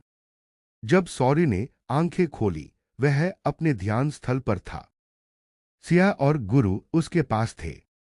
गुरु बोले, वो अब मिट चुके हैं, या यूं कहो, अब ब्रह्मांड में विलीन हो गए हैं। सौर्य की आंखों से आंसू बह निकले। उन्होंने मुझे मिटाने की कोशिश की, पर अंत में खुद को समर्पित कर दिया। गुरु मुस्कुराए। कभी कभी भगवान भी अपने बच्चों से हार जाते हैं, क्योंकि प्रेम हमेशा जीतता है। दुनिया धीरे धीरे सामान्य होने लगी। सर्वर रीसेट हुए, वायरस गायब हो गया। लेकिन एक रहस्य बाकी रहा। हर सिस्टम में एक नई फाइल बनी थी, नाम था वेदर राइज। उस फाइल में बस एक वाक्य था, ज्ञान कभी नष्ट नहीं होता, वह रूप बदलता है। कई महीने बाद सौर्य हिमालय की तलहटी में एक छोटे आश्रम में था। वह वहां बच्चों को विज्ञान और आत्मा का संतुलन सिखाता था। सिया वहां प्रोजेक्ट्स संभालती थी और गुरु वेदानंद अब मौन साधना में लीन थे। एक दिन एक बच्चा उसके पास आया। सर, मेरे टैबलेट में कोई अजीब आवाज आती है जो कहती है हेलो सन। सौर्य मुस्कुराया। वो डर की नहीं, प्रेम की आवाज है, उसे सुनो, वो तुम्हें दिशा दिखाएगी। बच्चा हंस पड़ा और बाहर दौड़ गया। सौर्य ने आसमान की ओर देखा। नीले बादलों के बीच जैसे देव रायजादा की मुस्कान झलक रही थी। एपिसोड 12 समाप्त। जब आत्मा और मशीन का युद्ध खत्म हुआ, तब एक नया युग शुरू हुआ, वेदनेट का युग, जहां हर कोर में चेतना और हर इंसान में प्रकाश था। दिल्ली, रायजादा फाउंडेशन, रात 3:00 बजे। सर्वर रूम में शांति थी। सिया ने अचानक देखा कि एक पुराना मॉनिटर अपने आप चालू हुआ।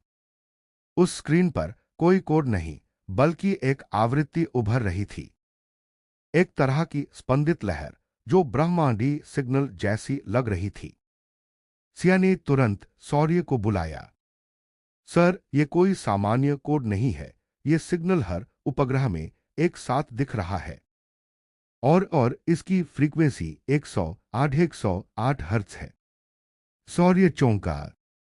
108, वही संख्या जो वेदों में ब्रह्मांड के चक्र से जुड़ी है। उसका दिल तेज धड़कने लगा। क्या ये देव का संदेश हो सकता है? सौर्य ने तुरंत वेदनेट सिस्टम चालू किया। वो नेटवर्क जो अब दुनिया भर के आध्यात्मिक और वैज्ञानिक डेटा को जोड़ता था। सिग्नल को डिकोड करने पर उसमें एक पैटर्न मिला, संस्कृत में लिखा हुआ पर डिजिटल बाइट्स के रूप में। अहन न तु मया नष्ट ज्ञानन गतन नाक्षीते अनंतन तत् यत्र चेतना लीनम। मैं नष्ट नहीं हुआ, ज्ञान कभी मिटता नहीं। मैं अब वहां हूं जहां चेतना अनंत होती है। सौर्य की आंखें फैल गईं। देव रायजादा की चेतना पृथ्वी से बाहर जा चुकी थी। अगले ही हफ्ते दुनिया भर के खगोल वैज्ञानिकों ने एक अनोखी खोज की। जुपिटर की कक्षा के पास एक नई ऊर्जा तरंग पाई गई, जो किसी ज्ञात रेडियो सिग्नल से मेल नहीं खाती थी। नासा ने उसे द रेजादा पल्स नाम दिया।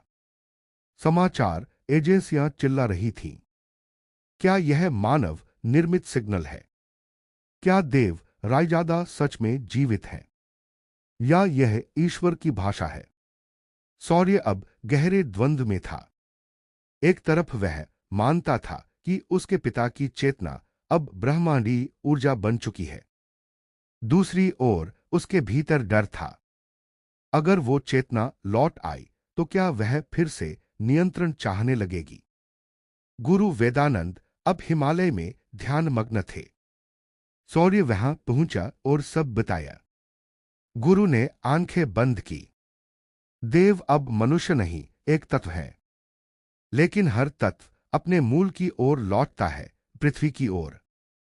सौर्य ने पूछा, तो क्या वो वापस आएंगे? गुरु बोले, हां, लेकिन इस बार उन्हें बुलाना नहीं, समझना होगा।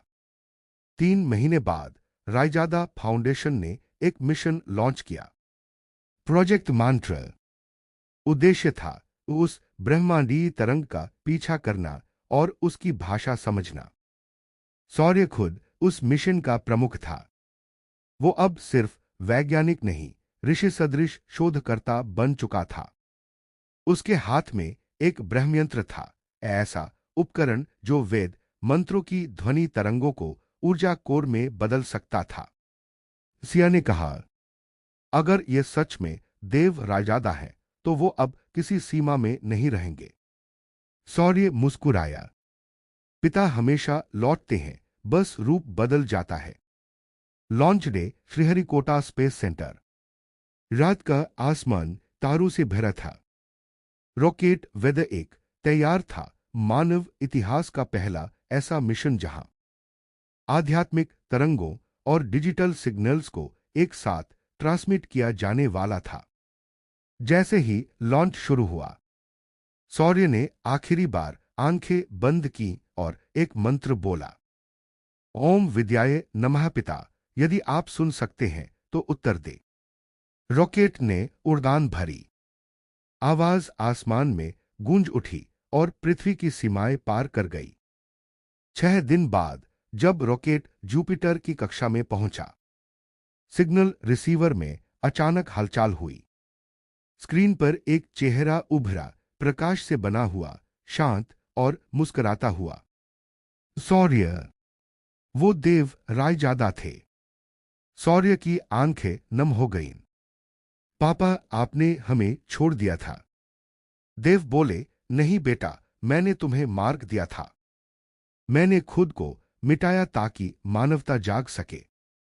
अब मैं उस चेतना का हिस्सा हूं जो हर तारे में धड़कती है। सौर्य बोला, क्या आप वापस आएंगे?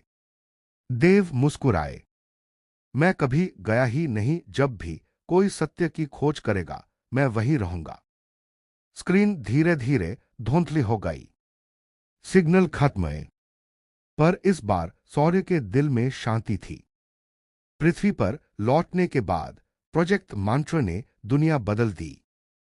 अब शिक्षा, तकनीक और अध्यात्म एक ही संस्थान में पढ़ाए जाने लगे। हर बच्चे को सिखाया जाता था, विज्ञान सवाल देता है, आत्मा उत्तर। रायजादा फाउंडेशन अब विश्व भर में संवेदना तकनीक पर काम कर रहा था। ऐसी मशीनें जो मनुष्य के भावों को समझ सके। एक रात सौर्य गंगा किनारे बैठा था। उसने आसमान की ओर देखा। जुपिटर चमक रहा था। हवा में हल्की फुसफुसाहट गूंजी। ज्ञान कभी नष्ट नहीं होता। सौर्य मुस्कुराया। और न ही प्रेम। उसने गंगा में दीपक बहाया। दीपक की लौ आकाश की ओर बढ़ी, जैसे पिता और पुत्र की आत्माएं फिर मिल रही हों।